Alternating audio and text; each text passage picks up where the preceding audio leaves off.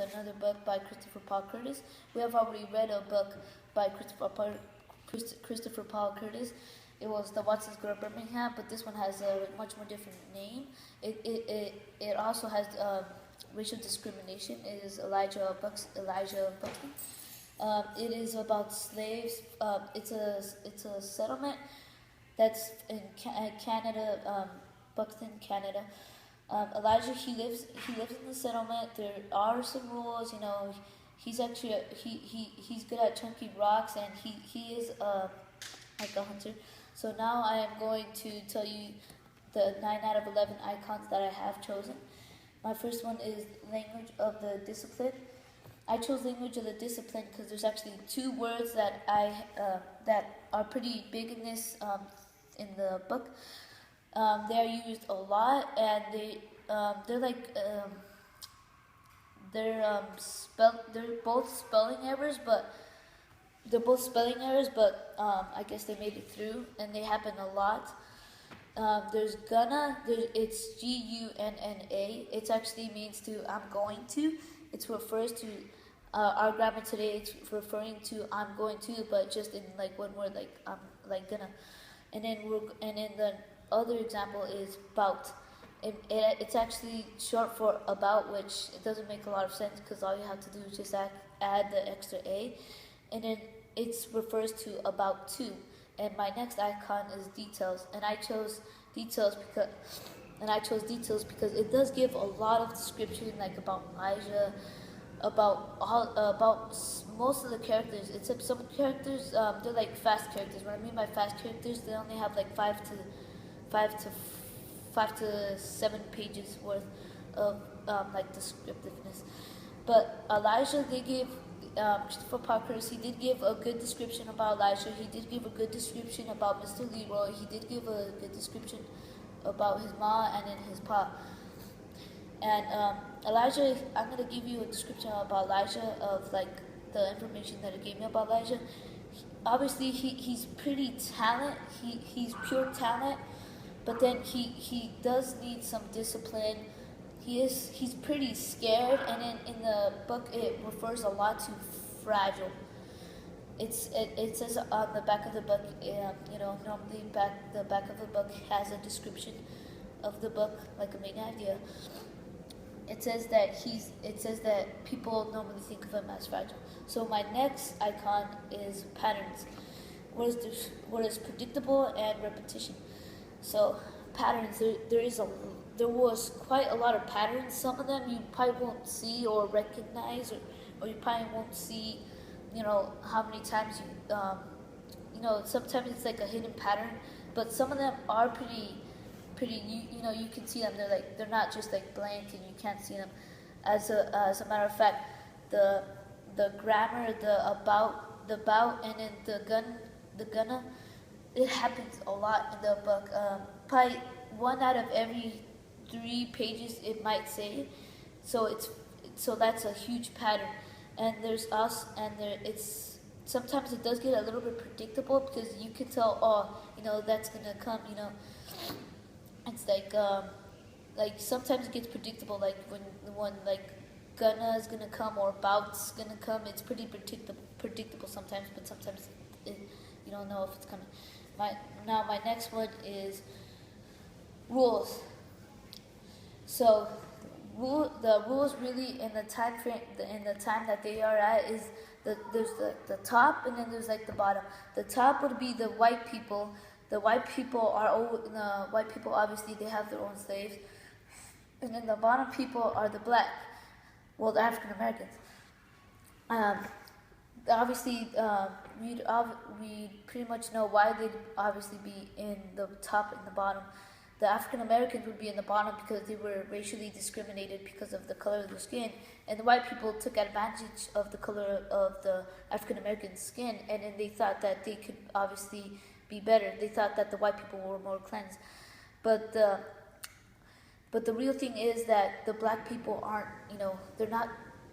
White people don't think they're as much as important. The white people, they only think that they're important is for slavery. That's the only really thing that they think is important. But in the settlement, it's a whole different thing.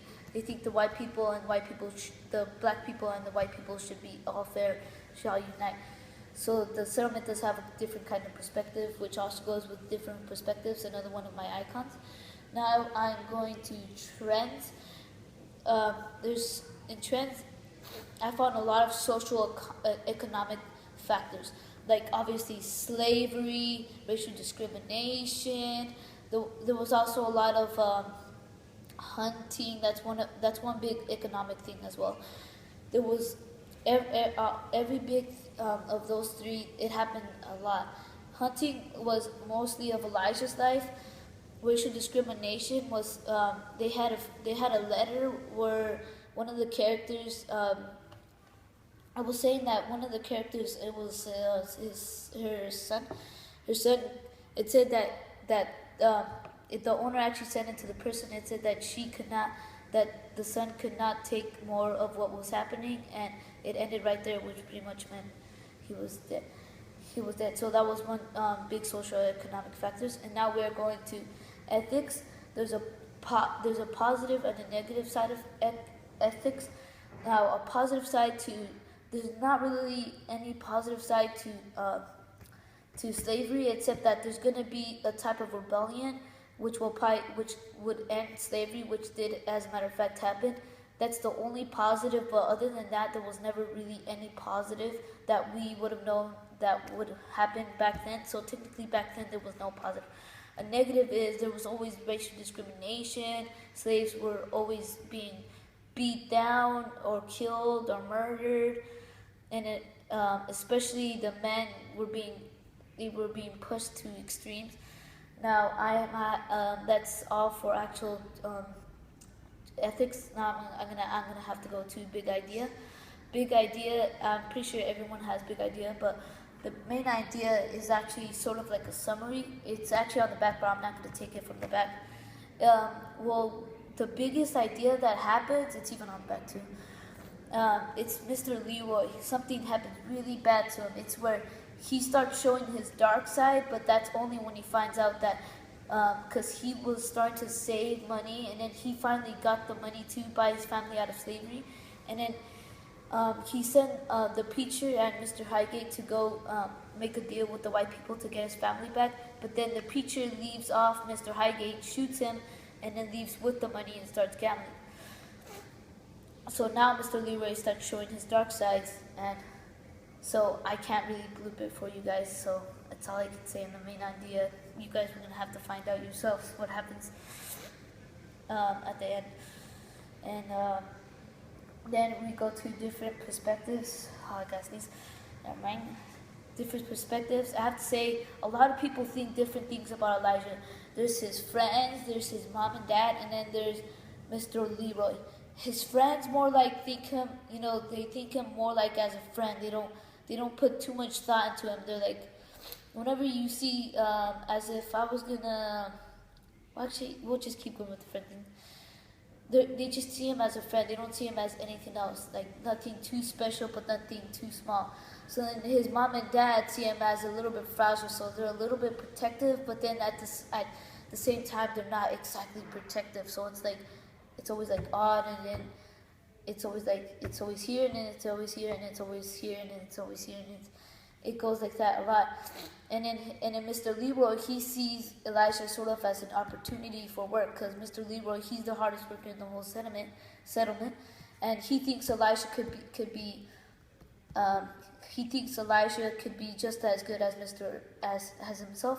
Same thing with the preacher. Preacher thinks the same thing. Now we go to what I think of this book. Honestly, I was a little bit disappointed with this book. To be honest with you, I think most people would say, oh yeah, this book was really good, when they know that they really didn't like it. But to be honest with you, I didn't like it as much as I thought I would. The Watsons Go to Birmingham was actually outstanding. It was more outstanding than this book, but for anyone who thinks they should read this book, I think you should like a sort of a thriller. There is a little bit of suspense because Elijah, he did get kidnapped. I'm not going to tell you who kidnapped him. Why didn't you like the book? I didn't like the book because there was a lot of reasons. I'm gonna give you at least 2 reasons. One reason is because sometimes like I really couldn't tell what the heck was even happening because it was like it's like it was going to a whole other subject when you didn't even know what was gonna happen to the other subject. So as if I was saying like you're saying to your to give you an example, you're saying to your friend, oh yeah, I'm like you're telling them what's happening like at the end of an episode or something. He doesn't end with it and he goes on to another subject. That's what happens in this. So it wasn't exactly the most descriptive thing. I do wish it gave a little bit more details. I would have spent more time with details if he did put more details. So it's like if the author doesn't put enough details, I'm not gonna put enough details. And it, all in all, it was okay. I mean, I do recommend it for some people. Some people in the class, I do think that they will like it. But it doesn't have a lot of action. It's sort of like a slow-moving book. And then at the end, it does get pretty fast. And that concludes my presentation. Thank you.